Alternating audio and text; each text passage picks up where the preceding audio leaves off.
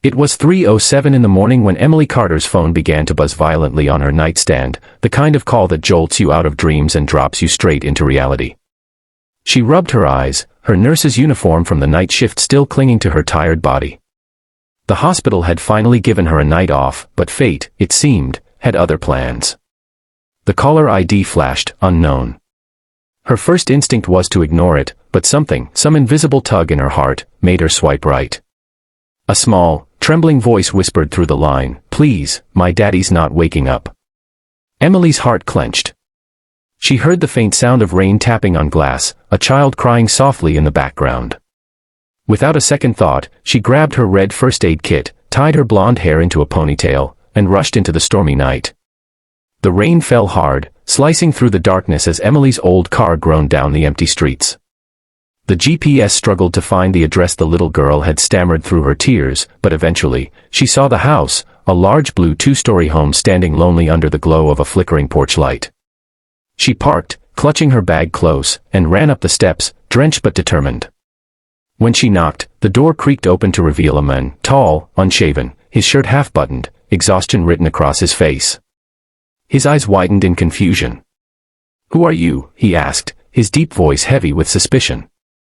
Emily blinked in surprise. "I got a call. About an emergency." The man frowned, stepping aside. Behind him, a small girl with tear-stained cheeks clung to his leg, clutching a phone too big for her hands. "I called," the little one whispered, looking up at Emily. "I thought Daddy was not okay." Emily's heart softened instantly. She crouched down, brushing the child's hair back gently. "You did the right thing, sweetheart." Then she turned to the man. "Sir, you should sit. You look pale." He raised an eyebrow, half amused, half confused. "I'm fine. I just fell asleep on the couch after a long day." He sighed, rubbing his temples. "I'm sorry she scared you." But Emily, still standing there in the rain, noticed the deep exhaustion in his eyes, the kind of fatigue that wasn't just from lack of sleep but from carrying too much for too long. "You're not fine," she said softly. "And she's scared. Let me help." Something in her tone made him step aside.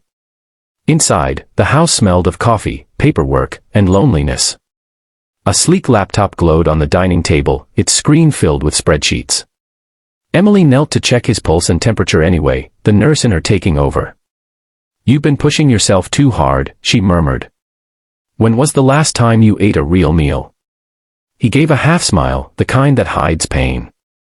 "I'm running a company, not a cooking show." Emily chuckled despite herself. "Even CEOs need to eat." The little girl giggled too, the sound breaking the tension in the air. "See, Daddy," she said proudly. "The nurse said you have to listen." For the first time that night, the man, Ethan Blake, smiled genuinely.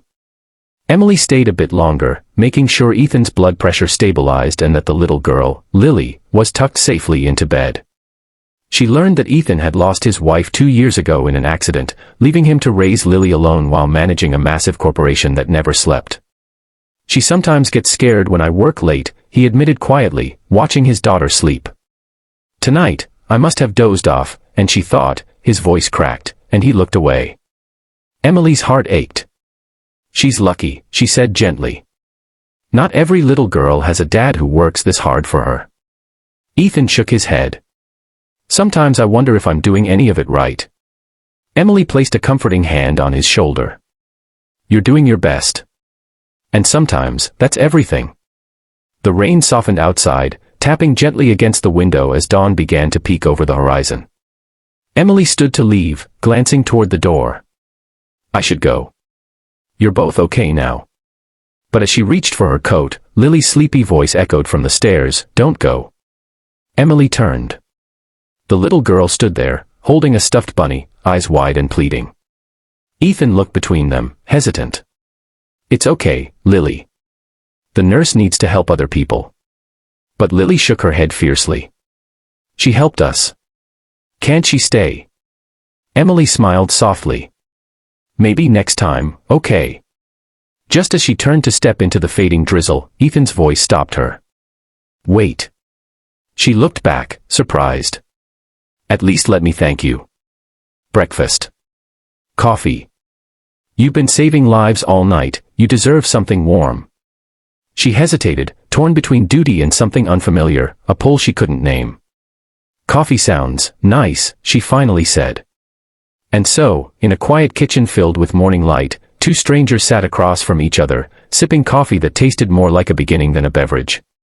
Ethan told her about his company, about losing balance between success and peace. Emily listened, her empathy wrapping around his words like sunlight through rain. When she shared stories of her patience, her passion for helping people, Ethan found himself smiling, something he hadn't done freely in years. As the clock ticked toward 8 a.m., Emily realized she'd been there nearly 5 hours. I really should go, she said again, though her voice didn't sound as certain this time. Ethan nodded slowly. I understand. But, if another wrong call comes through, maybe next time, I'll be the one calling. They both laughed softly, but in that laugh was a promise neither spoke aloud. As Emily stepped outside, the rain had stopped completely. The sky had cleared, painted in soft golds and pinks. She looked back once more to see Ethan standing at the door, Lily hugging his leg, both of them smiling. For the first time in a long while, Emily felt she had answered the right call after all. As she drove away, her phone buzzed again, this time, a message. From an unknown number. Thank you, Nurse Emily. For showing up when no one else would. Ethan. She smiled, heart fluttering with something new. Maybe fate didn't make mistakes. Maybe wrong numbers were sometimes right ones.